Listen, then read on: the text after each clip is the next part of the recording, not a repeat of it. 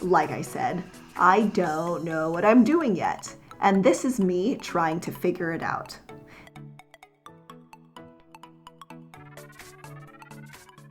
Hey guys, so it's October, and that means it's Filipino-American History Month, or Filipino-American Heritage Month. So I'm going to talk about being Filipino and mental health, because that's what I talk about. Okay, so there are a lot of things that I am proud of for my Filipino and slash Filipino-American culture. Um, did you know that Tagalog is like the fifth most spoken language in America? I did not know that. So yes, there's that. But also, like I'm proud of the traditional dances that I learned. I'm proud of Filipino food, and not just the food really, but like what food, like Filipinos and food, like represent. It represents like generosity and hospitality and like love. Like that's why it's really important to the culture. That's why if you go to a Filipino party, they keep shoving food on you because they're just like want you to be fed and happy. And that's like a great way to show love. Feeding people is a great way to show love, and I think it's something that a lot of people can understand. But then there's also, like the shortcomings of being Filipino American, which is, like other minorities. And I know it's not just other minorities. Everybody, the concept of mental health is pretty freaking new for everyone. But I feel like being a Filipino American, being a child of immigrants, mental health wasn't really a thing. I don't think it was like a thing for my parents. My parents grew up in the Philippines. They were trying to like get out, basically, like get out, like find a better way so that they could live and be happy and get out of poverty. And for them, like that was their focus, like surviving, coming here to America and surviving. That was their focus, and they did very well, and they took care of my brother and I very well, like financially. We were like good, solid middle class, so I'm very grateful for that. What I wish there was more of was the acknowledgement of mental health. Lots of Filipinos, like it's like not a thing, it's not a thing that's addressed. If it is addressed, if you're sad, sometimes it, like your parents will just be like, why are you crying? Because like you're fed, you have a home, you should be grateful, like why are you sad? Or, then there's some people who are just like, if you have like depression or something, like you're just seen as crazy or lazy, right? Because with Filipinos, like a lot of other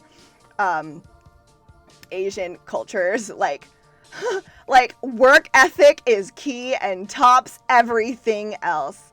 One of my friends from college, like it was kind of sad, but like her quote was like, she's like, there wasn't always love at home, but there was good work ethic. And when she said that, I laughed because I'm like, damn, that's true. And that's not necessarily a good thing. But if you're at home and you're like, yeah, like, yeah. um, yeah, it's just not there, like talking about emotions, like I don't think, I think maybe the only time that my family and I kind of talked about emotions was when my cousin died and they had to tell us, you know? But, we don't really talk about our emotions. And I know the only time I let my parents see me cry, like past being a child and I like tripped on my rollerblades, like that kind of stuff, is I was in college and my fish died. And in my head, like I was going through a lot of stuff and they don't know. Like they don't know about any of my mental illnesses and stuff. But I felt like I could cry about the fish because it was just like, it didn't really matter. Like, the fish mattered to me. My fish, Severus, mattered to me a lot. But in the whole grand scheme of things with everything that was going on, it was like the only thing that I could cry about, because if they rejected me crying about it, it wasn't bad. And you know what happened? My fucking uncle laughed at me. Like, he just, like, laughed and laughed because I was crying over my dead fish. So, I mean, that was great. You know, so, like, you know, sharing emotions and stuff, like, that's not, not a strong suit. Or at least not in my Filipino-American history. And I know, you know, my story does not reflect everyone's story. But I know it reflects a lot of other people's stories, like, just by talking to other people. I don't represent everyone, but I represent some of us. So, you know, like, that's, as a child of immigrants, as a person who was born in America, you know, it's something that I hope that we can add to being Filipino-American, you know, like, get it going past the, like, I need to survive and provide food, into, like, yes, I do need to survive and provide food, but you know what? I also need to take care of my mental health and learn how to create my own happiness. You know, like, that's what I want, and I feel like that's what I want for all of us, not just my fellow Filipinos, but for all of us, really.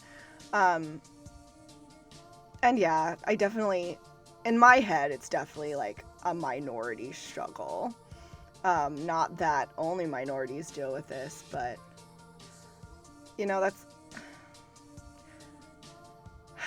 like, I know people who have committed suicide that are Filipino, because, I don't know, I can't speak for them, but I feel like, obviously, there was some sort of lack of support, or, like, their feeling that it would be safe to talk, because, you know, like, people didn't know, or, like, their families didn't know, and then things happened, and it was really tragic and out of the blue, or just, like, really confusing. And that stuff,